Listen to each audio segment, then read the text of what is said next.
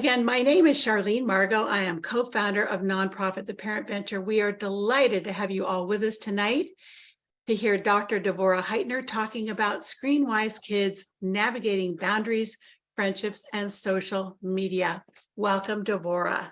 Thank you. It's my pleasure to be with you all this evening, and thank you for taking time out of your busy after school and evening and end of the school year lives to come together to learn about this topic.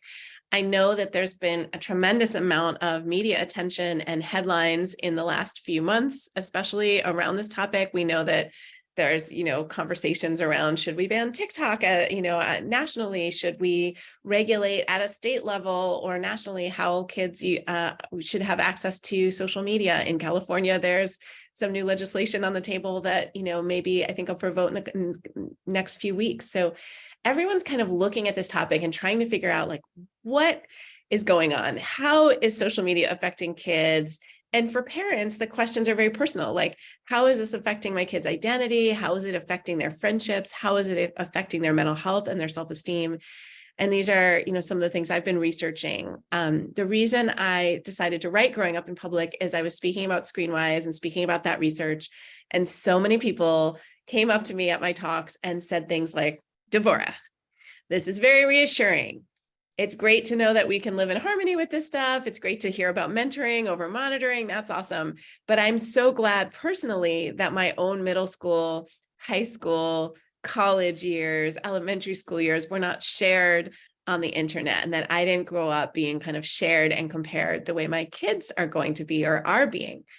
And I thought, wow, that is really a curious thing. How do kids feel about all of this sharing and growing up in public? What does it mean for them? So let me share my slides here.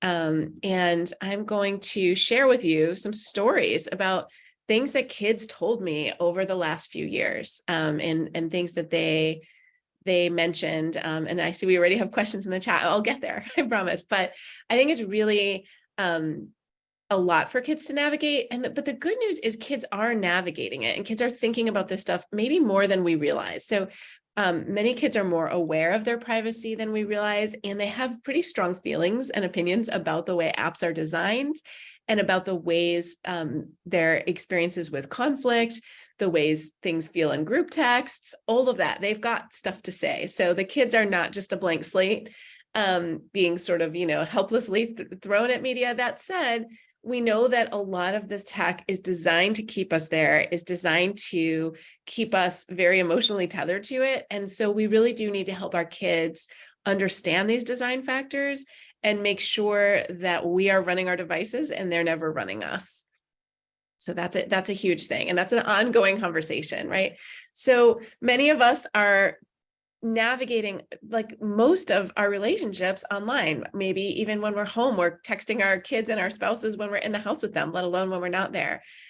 Kids are having Roblox play dates and texting in 3rd and 4th grade. They're getting watches. They're in the mix with digital at a younger age than they were. And this is a big trend in the last 3 years. It's the downward, kind of first age of first phone, first everything with digital. And it doesn't necessarily get easier because there's always new stuff, right? Kids may get more experience with one thing, but there's always a new frontier. You get experience with group text, and then you're going to add Discord. You get experience on YouTube, you're going to add TikTok. So there's a lot here. And kids are negotiating their friendships, they're emailing their teachers, they're having FaceTime with family, all of it. And then reputation, as I said, this is the big compelling thing that I've been focused on. And we want to move the conversation with kids about reputation and boundaries and what they share away from a threat-based conversation and more toward what is the opportunity and what are the ways that I can have focus on character, right? We want to think about character and not just consequences. So we don't want to say to kids, you're not going to get into Stanford or Berkeley, if you post that, or you're not going to be able to get a job if you post that.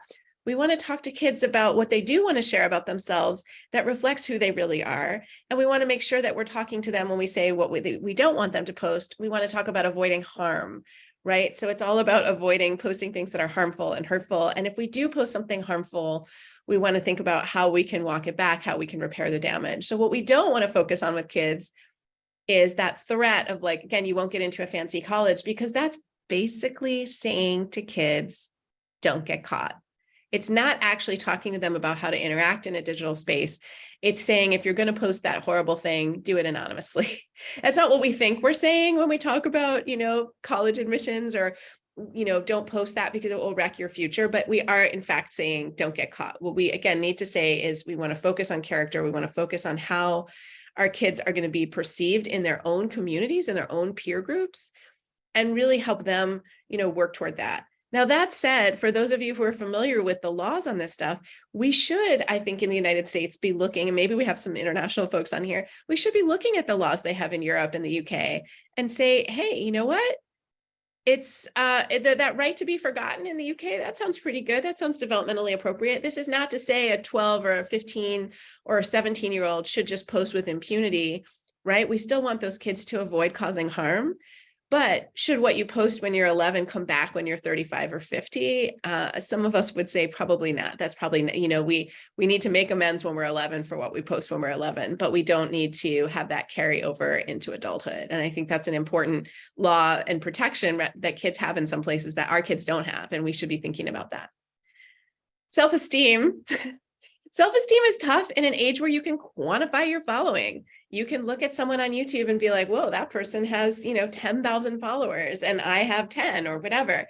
And there's never going to be enough. As an author with books on Amazon and, Goodreads and all these places where you can quantify your reviews, I can tell you there's always going to be someone with more, right? You can get 50 likes and there's going to be someone with 100, and you can get 200 likes and there's going to be someone with 2,000 or 20,000.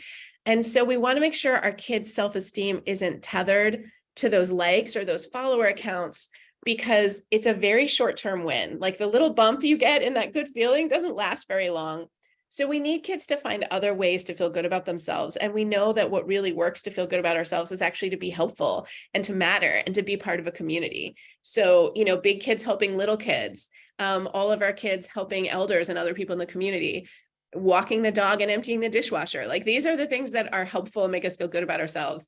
Achieving things that we care about, not just the external reward of a good grade in school, but truly like, finishing the story we want to write or meeting a personal goal that we maybe have set for ourselves in athletics or music.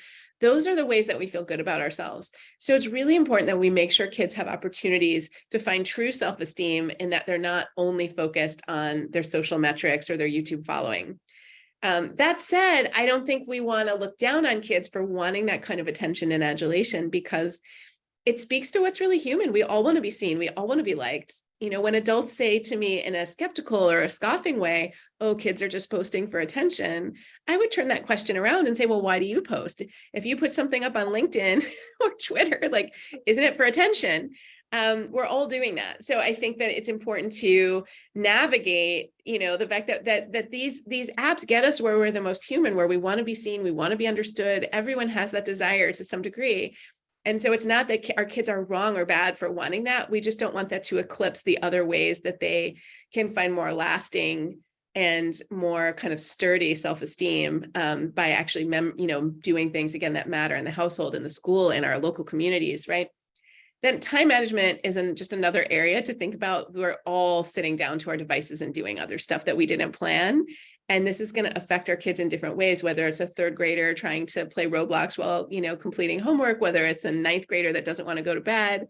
If folks want to put in the chat how old your kids are, I would love to get a sense of that and just have a sense of the range. But we're really speaking to a broad range today of like all of these milestones, from the first time your little, preschooler takes your phone and makes a million movies on it and gives it back to you, and it's all videos of close-ups of their face, to your, 17-year-old YouTube star and everyone in between, right? Your kid with their first phone in middle school, all of the milestones.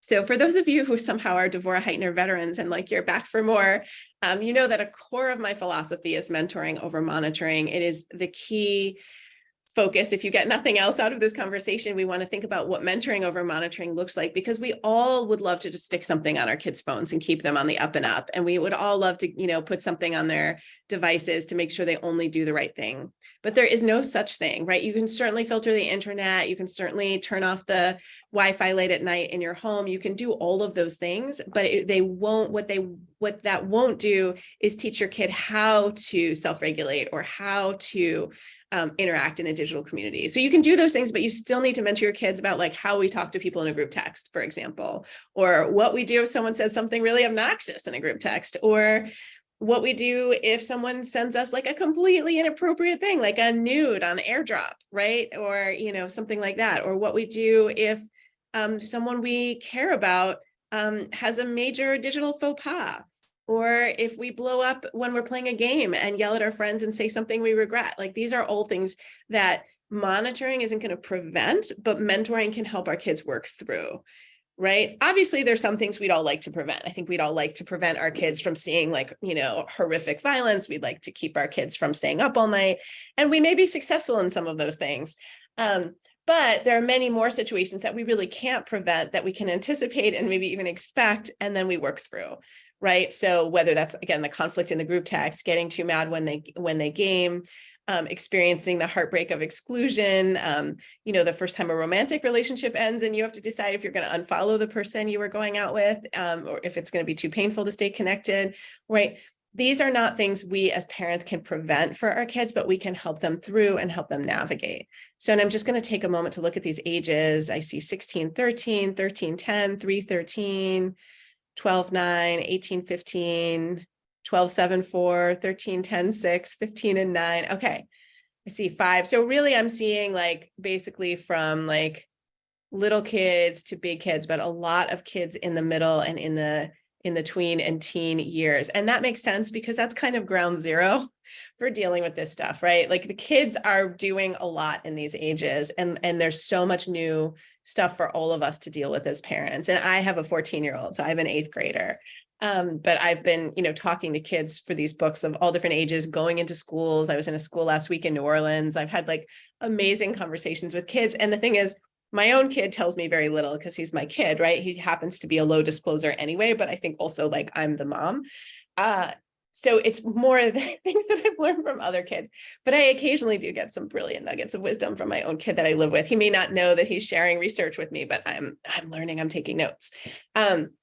I want to think about the idea of whether kids are being sneaky versus savvy when they use technology in unexpected ways. Like when we see kids turning the classroom apps into group chat, or I've talked to groups of kids who are actually using Google Docs and they're writing and then erasing right away. So Snapchat, the disappearing messages weren't secure enough for these kids. So they're like, oh, we'll create a Google Doc. And the second I see that somebody has read my text, I'm actually going to erase it, right? So they're writing to each other and erasing as they go.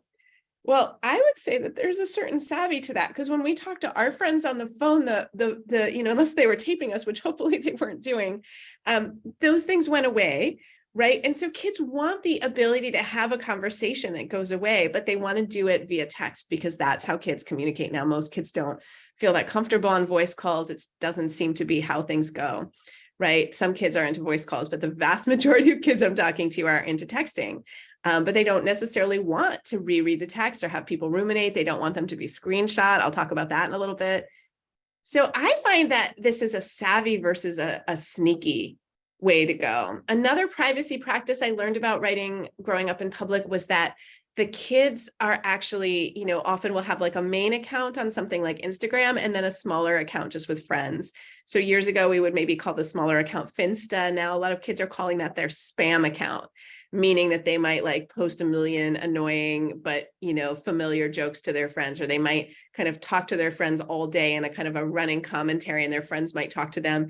And it's a much more casual way to interact than like what they would call their main account, right? So kids will talk about their spam and their main, and the main account would be like where they post things that are more public and maybe sometimes don't post a lot. And they're maybe keeping that account more to be contacted. A lot of kids talk about how stressful it is to ask people for their phone numbers. So being able to kind of direct message someone or adding someone on Instagram or another app where it might be easier to find somebody, depending on who they're connected to, might feel like less of a leap, less stressful than doing than asking people for their phone numbers.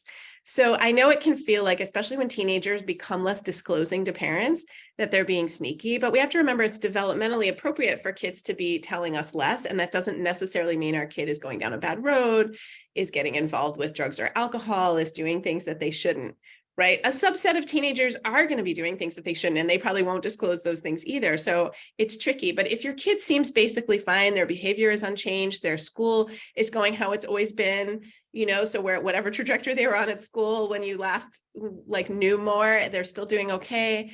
They seem to be enjoying and looking forward to things in their life.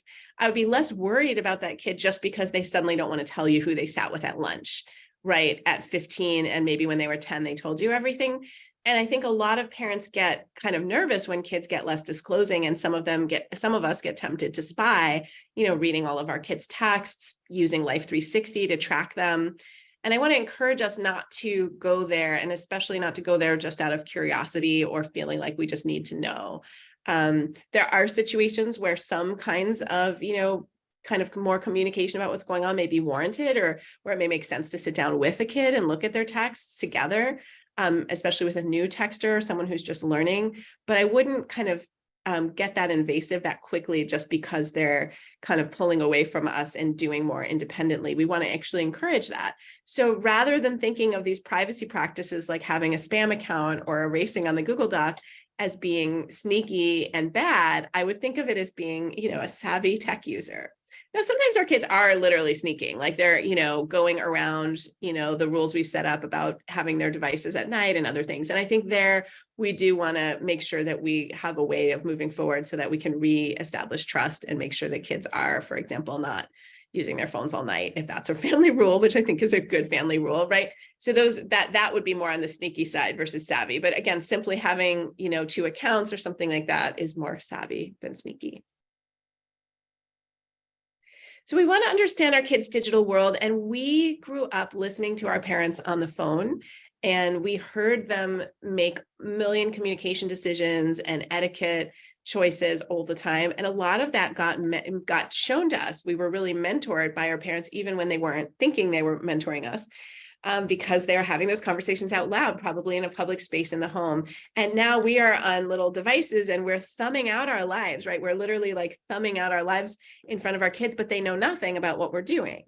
So we need to talk them through some of the decisions that we make. And I think we underteach texting. I think sometimes we overfocus on things like TikTok because they're in the news, or we maybe worry too much about games because, it just seems like, oh, is our games bad for kids? Or we have more obvious fights with our kids about the time they spend on games. But I think we rarely am I seeing folks do enough to teach kids about texting. And texting is a very core skill.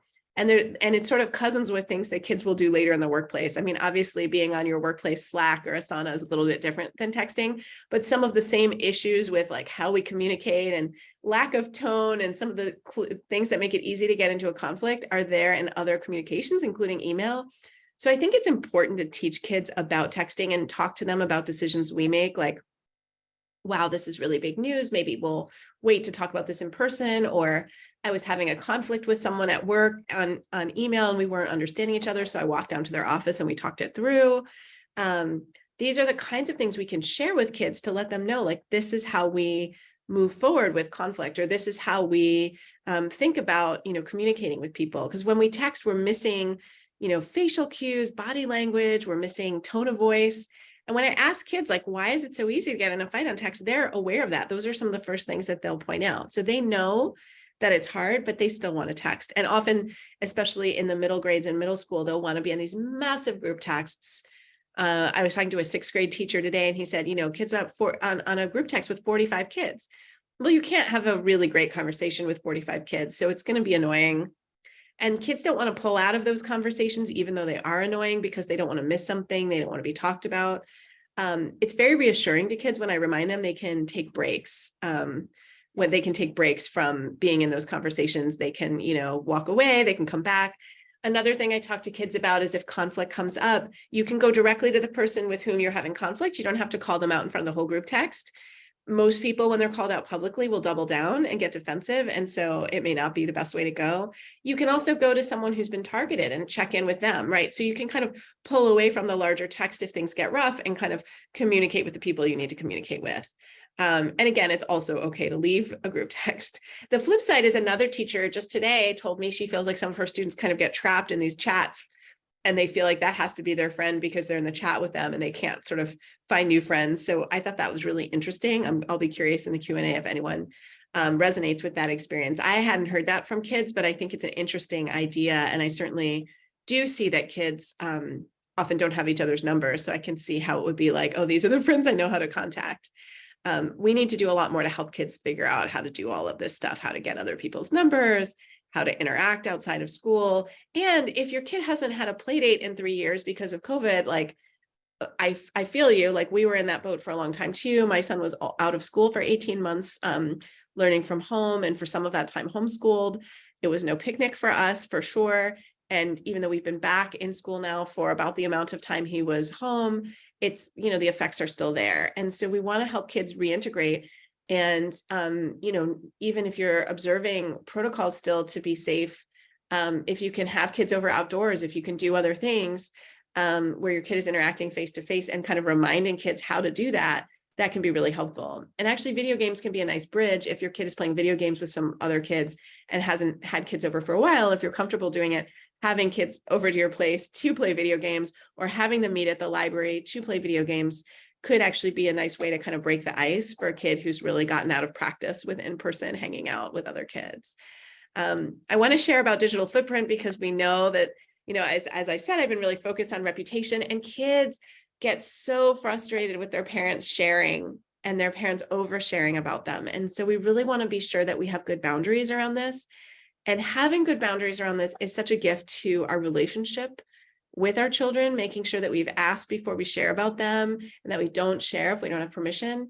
And it reminds our kids that they need to ask before they share. So it's just a tremendous gift to your relationship and to your kids' future digital footprint. You don't know if they're going to run for senator or be a CEO and have somebody like dig in and even into their childhood. And you would hope that no one would use what their parents posted about them on Instagram or Facebook, in the future to embarrass someone, but we don't really know. And in the moment, even something what seems innocuous to us they could be teased by their classmates for that. And so it's important to remember that what might seem fine to us might be not fine to your high schooler, your middle schooler, your elementary schooler, because it might be something that outside of the family context is embarrassing to them. Right. And this is really true of those resurrected baby pictures that we all love to share on their birthdays.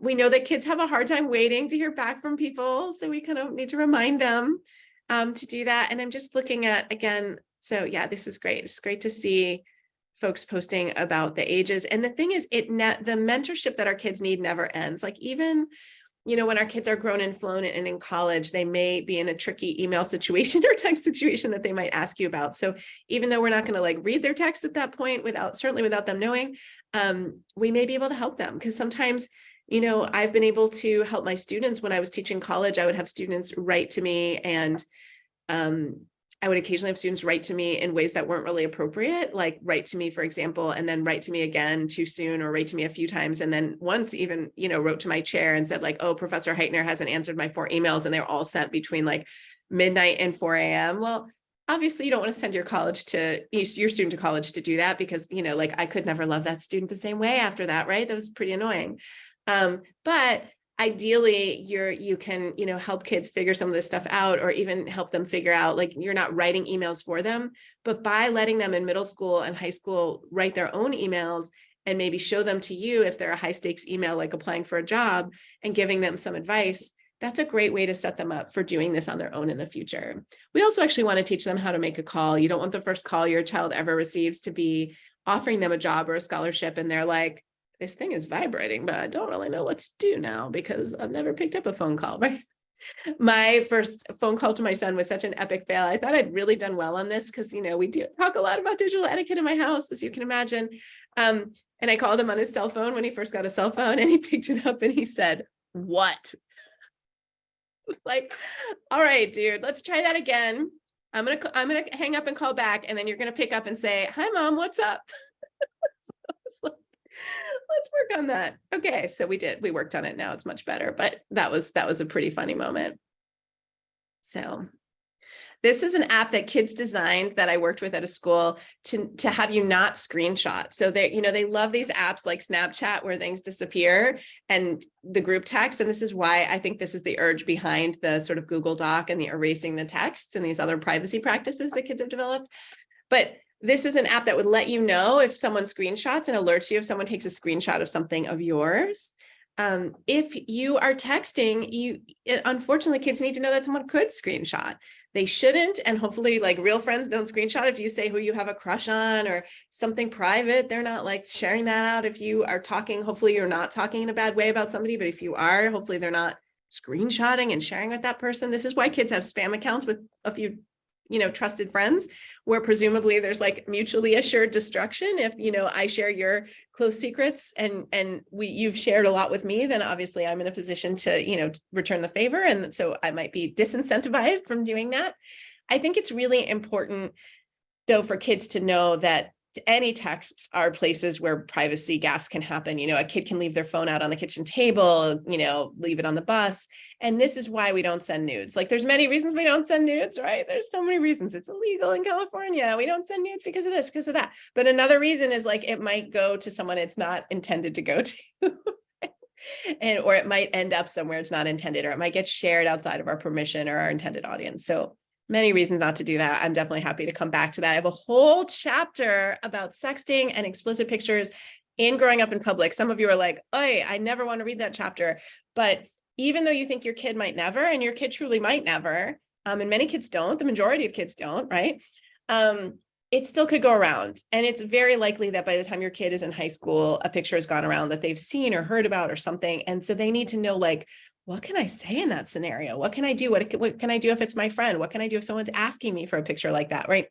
So even though we might think my kid would never, I think it's an important topic. And kids have a lot to say about this topic that surprised me as well. Like I learned a lot doing the research. It's not always the reasons we think that kids might send some of this stuff. And there is a huge difference between the mental health outcomes when kids send a nude or an explicit picture, or even like a semi-explicit picture consensually and willingly, versus if they do it because they've been coerced or pressured. The latter is a much more serious situation in terms of mental health. Both are not great legally, but one of them is a much bigger mental health concern. Kids who exchange pictures privately and consensually, and no one but the two kids, say in a relationship ever find out, and they keep it between them, even after, if they break up, and most teenager relationships will end, do okay, right? Like in general, like that is not the harmful situation. Now, as parents, we might be like, I still don't want my kid to do it. And trust me, I relate to that concern,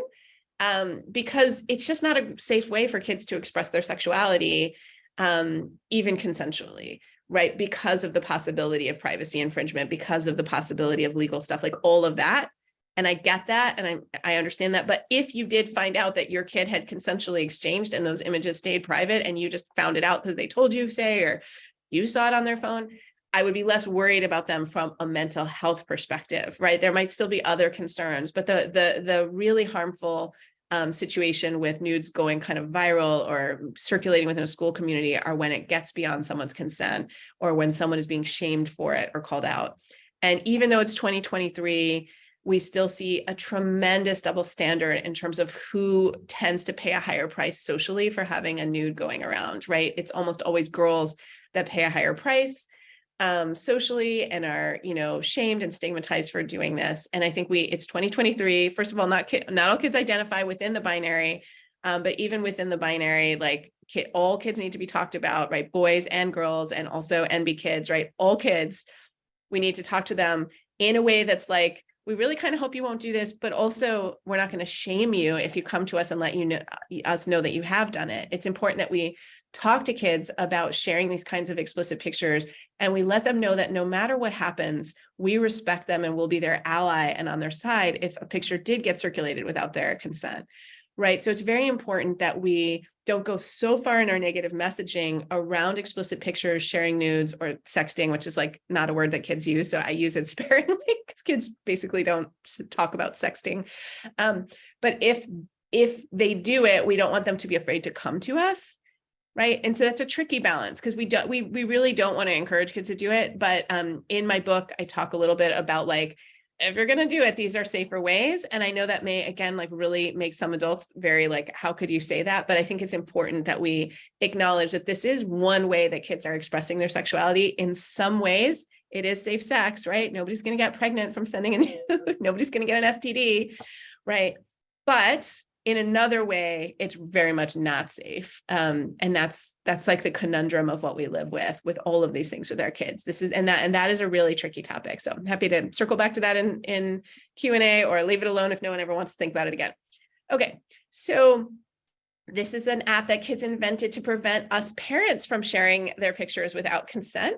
I love this, right? And again, tying back to the conversation about sharing nudes, even sharing innocuous family pictures without our kids' consent confuses the boundaries of consent. So the more we can make sure we're sharing pictures with consent, the more our kids will feel okay about setting a boundary with someone about any kind of picture. We know that civil discourse is important, and that sometimes civility can decline online. Right? Understatement of the year, people. Sometimes civility can decline online. Have you heard about that? Have you ever been on Reddit or Twitter? Okay. So sometimes adults are not great role models for this. And we forget that there's other people, other human beings on the other end of the communication. Kids have this problem too, whether it's saying mean things to other kids in a group text, whether it's posting a mean comment on somebody's YouTube.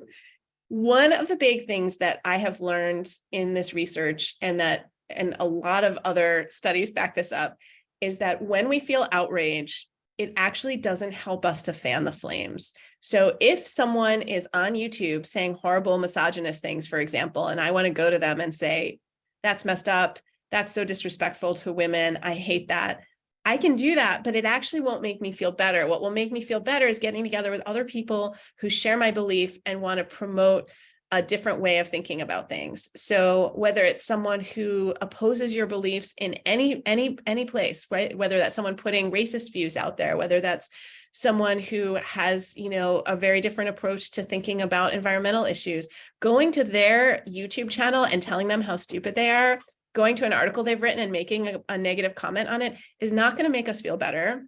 It will also not change their point of view. They will not be like, oh my goodness, someone just wrote to me from San Carlos, and like I'm completely changed. Like I've seen the light. I'm not going to say those hateful things anymore. What we need to do is find other people with whom we have an affinity, and we need to work together with those people to make the world better in the ways that we see as important. Or if someone's being targeted, we need to find affinity and support for those people who are being targeted. And if that's us, then, that's a we situation, right? But I think it's really important to teach kids that they will not feel better if they hate watch things, if they go to things that they hate. And even though they might think it's a hate watch, they're still being infected a little bit by that. They're still being exposed to that. Right. And the same thing with a YouTube channel or TikTok. If you're going to that place and the comments are all hateful, even if the main channel is somehow not a hateful channel, if the comments are hateful, if the environment is hateful, then we're kind of stewing and marinating in that. And we don't want to fan that outrage. Another place where we don't want to fan the outrage is if a negative post goes around school, like say a kid behaves badly in your community. I hope this will never happen, but it happens in a lot of communities where a kid does something and there's a video of a kid doing something bad, or they've posted something bad. And there's different categories of that, but like one category would be where they've posted something harmful. Maybe they're saying something really racist or really homophobic. And as much as we might find that abhorrent and problematic, we don't want to amplify what they've done. That's not to say we should cover it up. We need to address it with the kid. We need to address it with those who are targeted. We need to especially address those who are targeted and support them. What we don't want to do is keep sharing the video. We never want to do that because A, we're amplifying the harm, and we are causing reputational harm to the person who did it. And especially if that person is a child, we should really think hard. And I think we all have a hard time when we see something like that. We can't imagine, like, our kid would never, but your kid might do something, right? They might not do that something, but they might do something, or they might, get drunk at a party and say something, or they might do something, or they might get taken out of context. And what we don't want to do is amplify someone else doing something harmful, because it perpetuates the harm and it causes harm to that person in a way that we can't even calculate. Instead, again, we want to work together to support. If someone was targeted by what they said or did, we want to support those folks. If it's more generally an education problem, we want to make sure the schools are addressing it, right? And I think it's really, really important that we don't become outrage machines online, and that we kind of demonstrate and model something better for our kids. Okay. Exclusion is like the price of the ticket with social media. Exclusion is like, it's going to happen. When I talk with kids, I always say, what do you do? What can you do to feel better when you feel left out? When you look at Instagram, when you look at the Snapchat maps and you see all your friends went downtown, when you get on Discord and you see your friends are on another Discord playing another game.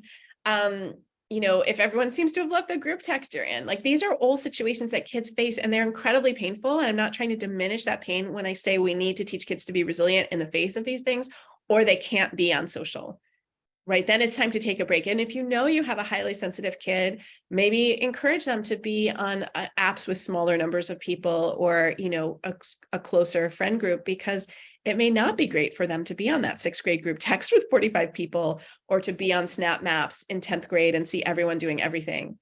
The flip side is some kids will say that makes them feel more excluded and isolated. So I think we're always trying to balance as parents, how can we help our kids feel connected, do the things they want to do socially, but also be resilient in the face of what is kind of an ongoing sharing and comparison machine, right? Social media is this ongoing sharing and comparison machine, and it's tough for anyone, right? So exclusion is hard for us as adults. And it's easy to look at even, again, LinkedIn or Twitter, anything that we use, and feel excluded, left out. Cousins to that is the feeling that other people's lives are cooler and better. People are always posting when they're on vacation.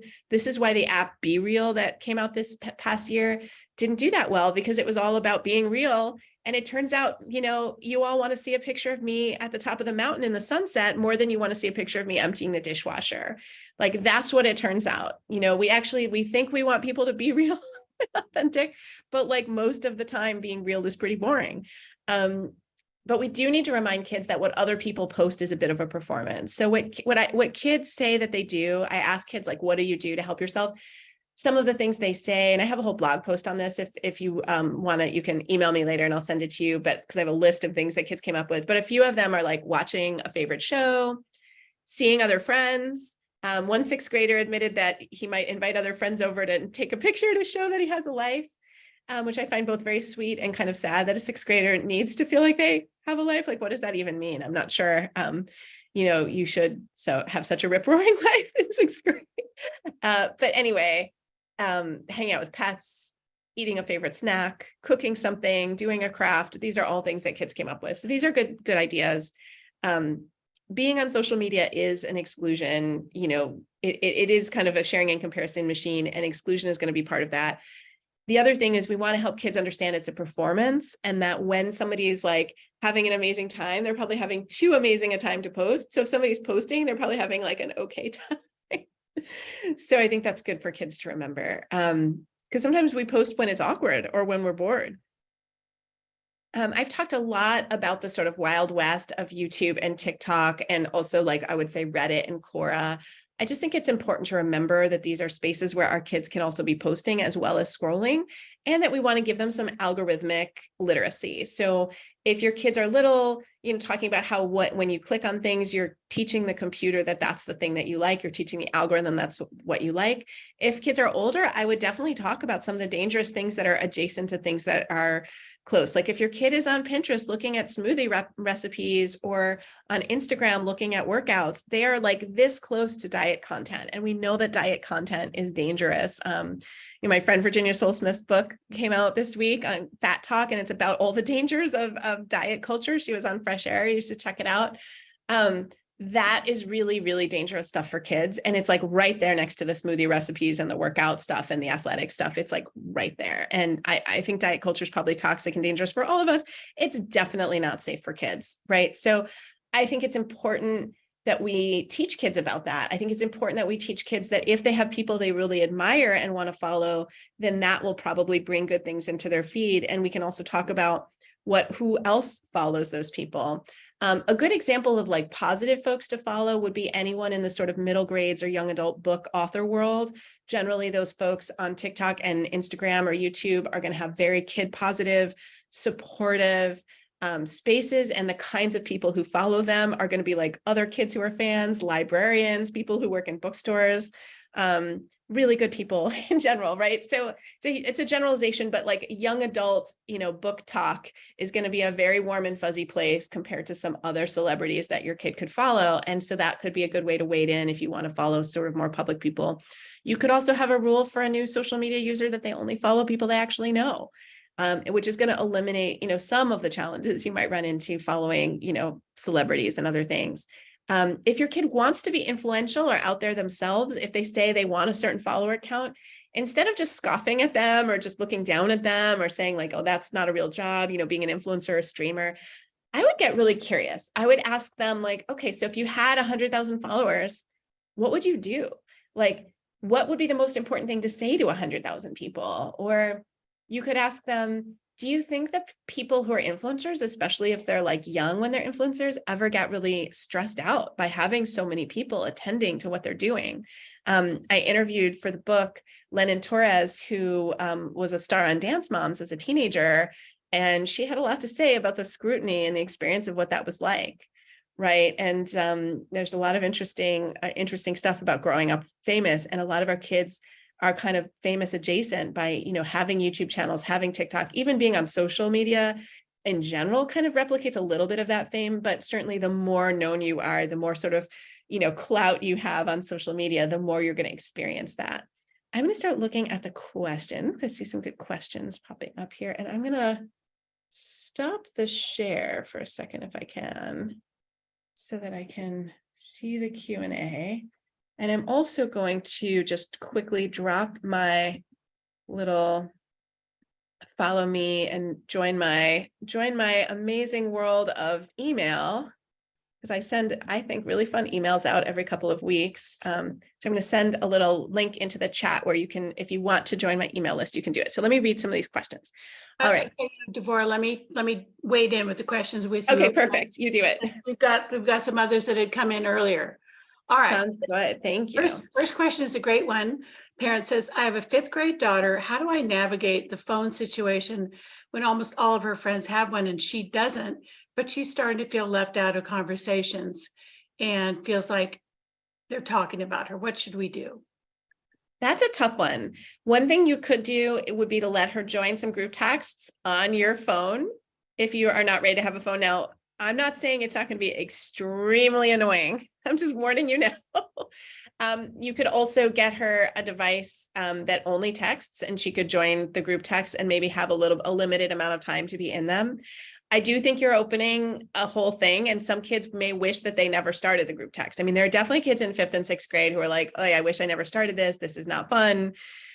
So it's hard to know. I think it would be a good time for her to be using your phone to be making plans with at least 1 or 2 friends, maybe friends where the families a little bit, where the other kids have some support and supervision and mentorship on their end on the phone, or maybe a cousin or someone in the family, just to get some practice with texting and making plans. Even texting a grandparent, which, may, depending on how good that person is at texting, like could also be complicated. So that may not be the ideal learning situation, but like my son did a lot of FaceTiming early in the pandemic with my parents, and that was very fun for all of them. And they all had a lot of time to do it and no one else did, right? Like they had an endless appetite for each other's FaceTimes.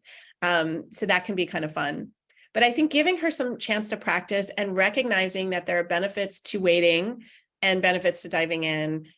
Summer could be an okay time to get some practice with this, but I don't think anybody at that age, or really at any age, but especially at that age, you want to like just give a phone for 24/7 access and have her get a million apps. I would definitely start with just texting. Think carefully about joining the whole group text because it really can be a cesspool. And then make sure, she's able to express some boundaries if she does join the group text even next year, to be able to say, oh, I'm not allowed to text after this hour, or I'm not, I can't text until I've done my homework. And that will kind of make her feel less pressure in terms of her availability, because a lot of kids feel like, oh no, I need to be availability. I need to be available all the time. If I'm not in the Minecraft server, if I'm not in the group text, then people will like be mad at me. And that's a really unfair amount of pressure to put on kids. Yeah, we talked with Dr. Carrie James and Emily Weinstein from Harvard, who just wrote Behind Their Screens, and they said parents really just don't understand the pressure of texting. It isn't like the kid can just say, I'll do that after dinner. They truly feel that they need to respond on a timetable, right? Absolutely. And I think that's real. And their research is excellent in terms of kids doing things like measuring how long they'll take to respond and like even setting timers, especially if they're responding to like a romantic interest or a new friend and thinking like, well, I don't want to seem too eager, but I don't want to keep them waiting too long. And the overthinking and the rumination is really intense. And you know what? All of that stuff is not completely wrong. Like the teenagers are smart. They know, for example, if someone leaves you on red, that can be a sign of disrespect, but it also could mean that they're eating dinner. Right. That's the tricky thing. It's like we don't always know. We think we know, but teenagers are also primed for social threat. They're primed to be really worried about what people think. Not that as an adult, and many of us as adults are still like that, or we have scars from our teenage years. So it's like it's not hard to get to that place as an adult. But I think as an adult, we can maybe rationalize ourselves a little bit. If somebody does like leave me on red, I can be like, well, they're probably like driving their kids somewhere or whatever. Like I don't feel like I go immediately to that like DEFCON 10 place. But if you're 15 and sometimes your friends have been, leaving you out or excluding you or mean, or you're 12, and the relationships are more volatile, it's not, nuts to go there. But I think it's important for us to give our kids that balance and make sure too, that again, when they're younger, they can use us as a boundary too. And when they're older, hopefully they're using their own interests as a boundary. Like, dude, I got to do my homework, or, hey, I've got to get ready for my swim meet. Like I cannot be 24/7. I know this is not what the person asking about the fifth grader is talking about, but in romantic relationships, as teenagers, kids who are dating need to be able to set a boundary. Like if your sweetie's texting you all day during school and you're going to get like suspended because you're getting texts in every class, like that's a time to, you don't need to break up the relationship, but you could say like, sweetie, like I can't get texts all day. I'm in school. Like you gotta, I don't know what they do at your school, but like, I can't do this. And see if you can kind of renegotiate the communication pattern. Okay, great advice. So Devorah, this is a really good question. Parent asks, how do you manage when my kid's best friend has much more freedom online than we give her, or models some not so good behavior like videoing a play performance? I mean, that's a really tricky one because parents are probably in there videotaping a play performance too, and like holding the camera in front of the people next to them. And so, I mean, we've all been there, dance recitals or piano, etc. So I think in that case, I think talk to your kid privately. If you think, I mean, there's a range, right? Like if you think that your kid could go to that home and like literally have no supervision and they could like be watching pornography in the living room or something, then maybe that kid has to come to your house, right? Like if you really think like this is a family, for whatever reason, their capacity to mentor and supervise is very limited. And that happens, right? People are in all different situations. So there are definitely families where I know that the parents are never home. And I, at least most of the time, prefer those kids to come to my house because we are sometimes home, or most of the time we're home. Then there's, kind of in the middle, like, oh, well, that kid got a gaming system I would never get you, or they're allowed to stay up an hour later. That's more like, well, this is how their family does it. And this is how our family does it. But you need to let your friend know that they can't text you at 10 o'clock because you can't text after 9 or whatever it is. And just be really clear. And if your kid is putting their phone away and is not in the bedroom at 9, that friend will not keep texting after 9, because eventually they'll kind of, it can take a while with kids, but like, they're not going to keep texting your kid at 1 a.m. if they never get a response. Yeah. Right. So, And so yeah. I think that's really important. So in that kind of vein, Devorah, here's a parent asked, and I know you get this question all the time. What is your take on creating family contracts around screen time, use of mobile phones, and so on? And if I so, think have one it's a you great recommend? conversation starter if you want to do it. I don't do it in my home, but I have one kid, and so I don't feel like I need to. And we just have a different style. But I do have in my PhoneWise class like a contract template. What's nice about a contract or putting some things on the table is at least lists all the issues you might want to talk about. And this is especially true if you have 2 households or multiple, situations, like if your kids are sometimes with grandparents or other people, or if you're divorced and there's 2 households, it can be especially good to like just put everything out there. And you're not going to be necessarily 100% aligned in both households, but at least like a few core things. Like nobody should be getting a kid, if there's 2 custodial parents, nobody should be getting a kid a phone without the other one knowing, or something like that. Like just kind of having these ground rules is really important, because these are tremendous responsibilities to parent around. And the nice thing about the contract conversation, even if you don't actually do a contract, is it just like, oh yeah, I didn't think of that. The flip side is we need to make sure we're giving kids some blanket rules about just remembering there are other people on the other end of the computer or the phone. It shouldn't be about like, well, you didn't tell me I couldn't text that emoji. It's like, well, I told you couldn't be mean to people, right? This covers a lot. So, I mean, I think it's really important that we have kind of overall rules that are about character and about intention. And then again, we help kids muddle through because kids are going to mess up. So the first time, your fourth grader sends somebody a poop emoji or your ninth grader does something a little more gross, that doesn't mean like they're never going to be communicating again, but we may have to walk something back and kind of like, okay, like we need to practice this some more, that kind of thing. Well, and as you say, mentoring is more important. So parents, if you want your kids to use their phones responsibly, you must start with yourself. Modeling is huge. And again, like not texting and driving ourselves, putting down our phones when our kids come to talk to us. Texting our kids in a civil way. Like I might be frustrated if my kid doesn't pick up, but I still don't try. I try not to like text and text. I try not to go to all caps, right? Because I don't want him to do that with his friends. Fair enough. So here's a parent asking a good question when you mentioned about adjacent content. They ask, wouldn't telling kids about what is adjacent probably make them even more curious to look it up? Porn, dieting? Yeah. So, I mean, porn and dieting, unfortunately, are open secrets in our society. So unless a kid is very young, they've heard about both things. Like someone has probably tried to show your kid porn on the bus. Most kids have heard fat shaming or diet related content at some point if they're, over 6 or 7. I understand that worry. I think the real concern is if you have a kid who's actually struggling, for example, with an eating disorder, which I must be clear, that's not my specialty, but I did interview some people about that for the book. They really talked about in general some best practices. Not only do we want to ask our kids permission before taking their picture, but ideally as parents, especially when kids are going through puberty, we may want to take more face pictures than body pictures so kids don't have a huge referent for that time. Like it's not a great age in general to be looking at a ton of body pictures. It's not a great age to be looking at bathing suit pictures. It's normal during puberty to gain weight and your body changes all the time. But if you can like micro focus on it on your, mom's Facebook, that may not be ideal for some kids. Again, for many kids, that wouldn't be a risk. But if we know that it can be a risk, it may just be something not to do. And again, it's not like you can never take a picture of your kid's whole body. Like I'm not saying that, but just like we don't want to give kids like a tremendous archive to like, focus in on, because for some kids that could be a risk. And I think that was a really helpful interview that I did with Stephanie Zerwas in North Carolina. I think the other thing to think about with adjacent content with porn, I definitely think we have to tell kids, if you see like little kids, even if you see naked people on the computer, turn it off. As they get older, we need to be very clear. This is the book I want you to read, or these are the books to read about puberty, about sexuality. All of that stuff is so explicit in our society. We can see explicit billboards driving on the highway. Netflix shows are quite explicit. I think it's very important that we don't delude ourselves about what our kids might hear about. And it's so important that we give our kids the information that they're asking for. And if we're uncomfortable, that we get them to like their pediatrician or someone else who can give them safe answers that are accurate and that will help them stay safe.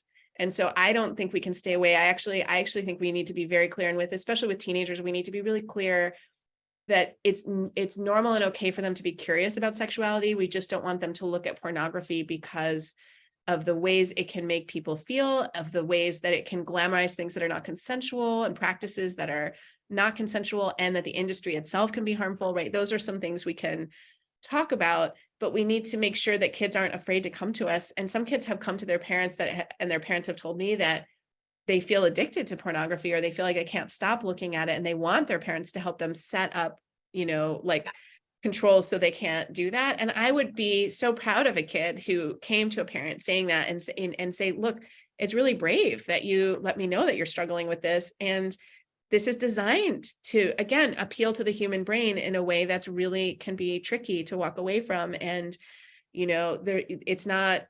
you're not a bad person, right? We need to communicate our respect for our kids, even if they've done something that we wish they hadn't, and to keep the lines of communication open. And so I don't think you're going to be breaking the news about pornography to, especially a teenager. They know about it.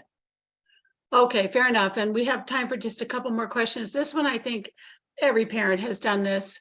Mom asks, My daughter always fights with me when I take her phone away at night. I don't want her to feel that I don't trust her, but I also don't feel good about letting her have social media at night.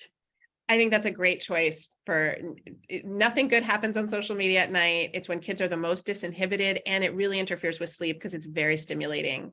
Maybe in the year or two before they leave home, you might want to have them practice self-regulating and putting their own phone away and putting it on, airplane mode. So, because when they go to college or leave you to go to the military or go to work, like you're not going to be there to turn off their phone. But most kids, especially on 16 and under, like they're not capable of self-regulating around this. And so if the only thing you do is help your kid get sleep by making them put their device away at night, I would say that that's like a really good hill to die on as a parent. If that's like the only thing that you fight with them about, because it really does matter. And you can, as you've told us many times, Deborah, let the parents be the bad guys. Kid can just say, oh, my mom is such a drag after 10 o'clock. She makes me give the phone up. They actually like having the sleep and having the control, don't they, in the end? Yeah. Yeah, it's tricky. I mean, I think the one thing I will say is, sometimes kids will reach out to friends late if they're like, dealing with some mental health stuff or something. So I also think, that's something that, like, if I found out my kid had done that, I would still be glad that they reached out. But overall, they need to sleep. But this is why I think, laws like the one in Utah are a little too draconian, where, they're saying that kids shouldn't be able to access any social media sites after 10. I'm like, well, if you're 17 and you have a job and you're getting off your shift at 11, I don't know that we should be like, well, you can work, but you can't be on Instagram. Like, I think that's a little bit too controlling. So I do think, we have to really look at where kids are developmentally, and there's a long road between, like 11 and 18, for example, and a lot of kids are getting on these things at like 11, and that's very different than 16, 17, 18. Well, and again, I had a daughter who was a teenager who had a friend going through a really bad mental health period, and they felt that they needed to be available for him. How do you feel about that? That is, a lot of kids will say that. And I think we need to help our friends get to a place where they have other resources in addition. I mean, I do commend kids who want to be there for friends, but I think none of us can be the 24/7 hotline. I think it's fair to say, like, this is when I can show up, and my parents are really, making me cut off at certain times, but also I really care about you. Can we go see the school counselor together? Can we, can I share with you a hotline, or can I go with you to see someone in the community? I do think showing up for friends in a mental health crisis is important, and being able to talk to your own parents. Maybe that kid's parents are not supportive, right? That's not, I mean, we'd love to think everyone's parents are supportive of them at all times, but that the parents could be not supportive. They could be even part of the problem that the kid is going through. And so in that case, a friend might, be, and you might be part of the solution too. And I know we all get scared to get involved in other people's stuff, but sometimes the friend with the nice parents is like how you get through when you're a teenager. So, I mean, maybe some of us had that friend with the really nice mom who helped us out at some point. And so I think, or the dad, right? And I think that's really important to remember that, we can be there for our own kids, and sometimes indirectly or directly, we're there for their friends too. Boy, really great advice, Dr. Heitner. Any final words for this audience? Thank you, everybody, for such wonderful questions. So last words, Deborah. I really love talking about this with you all. And I just want to say, I mean, we want to remember that we want to be in control of our devices and never let them be in control of us. And, people are asking about rules around device time. And I would just say, think about all the other things you want to do. I mean, we can focus a little bit on limits, but I would focus more on, like, did we have time to do the things we wanted to do? Did we move our bodies? Did we go outside? Did we, take care of our home and ourselves? And did we do things, that we wanted to do that were creative or connected? And then, like, maybe we also have time to, like, watch some TikTok or, watch a couple episodes of a show, and that's fine too. But I think we just really want to look at our lives in balance, and not so much about kind of how many minutes, but really how does everything fit in? So different days are going to be different. And if your kid is, like a 9-sport athlete and plays an instrument, they might not have a lot of downtime. So I would kind of look at that too. I think a lot of us are rebalancing our lives, in the wake of the last few years. So I appreciate all of you coming. Please do jump on my mailing list if you're so inclined. I think the link is still in the chat, or you can go to DevorahHeitner.com and join there. I'm also on Instagram more these days at Devorah Heitner, PhD. Not trying to crowdsource my popularity, just trying to do what my publisher wants. It's kind of fun. I have to say, I was like a latecomer to Instagram and TikTok, and like, they're actually kind of fun. So thank you all.